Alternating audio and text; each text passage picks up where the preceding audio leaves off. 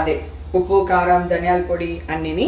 తర్వాత ఇందాక చూపించాను కదా మీకు ఆనియన్స్, ఆ ఆనియన్స్ కూడా వేసాను. ఇవి డ్రై ఆనియన్స్ అన్నట్టు బాగా డ్రైగా వేసుకోవాలి అవి.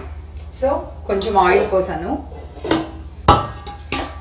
దమ్ బిర్యానీ చేస్తున్నాను, సో ఒక్కొక్కటి పెట్టడం కష్టంగా ఉంది, అందుకని ఇందాక కట్ చేశాను. ఇప్పుడు ప్రాపర్గా చేసి మీకు వీడియో పోస్ట్ చేస్తాను, ఓకేనా. దీంట్లో నేను నిమ్మకాయ కలిపాను, పెరుగు కలిపాను, అల్లం వెల్లుల్లిపాయ పేస్ట్, ఉప్పు కారం పసుపు కొంచెం మసాలా వేసాను, ఓకేనా.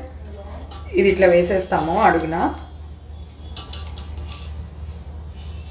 ఇప్పుడు దీనిపైన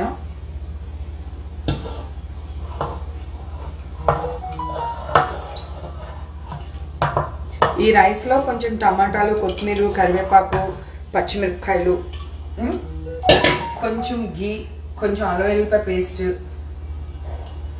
వేయాలి దీంట్లో, ఓకేనా. వాటర్లో వేసేస్తే అన్నం 3/4 బాయిల్ అయితే చాలు, ఎక్కువ అవ్వట్లేదు. మళ్ళీ ఇప్పుడు మళ్ళీ అవుతుంది కదా, అందుకన్నమాట.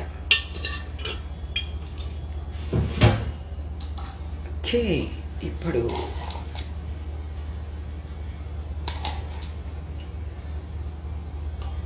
Dry onions.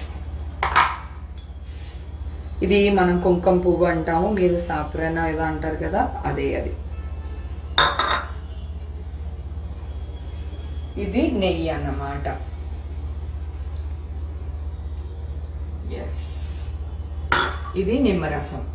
ఇది నిమ్మరసం చాలా తక్కువ మంది వేస్తారు, కానీ చాలా బాగుంటుంది, ఒకసారి ట్రై చేయండి నిమ్మకాయ రసం వేసి. ఓకే, ఇంతేనండి. దీన్ని ఇప్పుడు మూత పెట్టేసుకుని మనం మంచిగా దగ్గర పెట్టాను. దీన్ని స్టవ్ మీద పెట్టి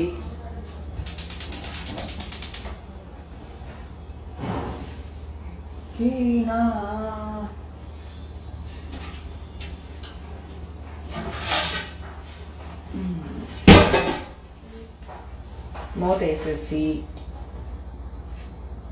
ఇది దమ్ము పెట్టేసి ఒక 25 మినిట్స్ ఇట్లానే వదిలేయాలి. వదిలేస్తే అన్నం అట్లా చందమామలాగా అట్లా అట్లా వంగి వస్తుంది అనమాట. టేస్ట్ మరి నెక్స్ట్ లెవెల్లో ఉంటుంది.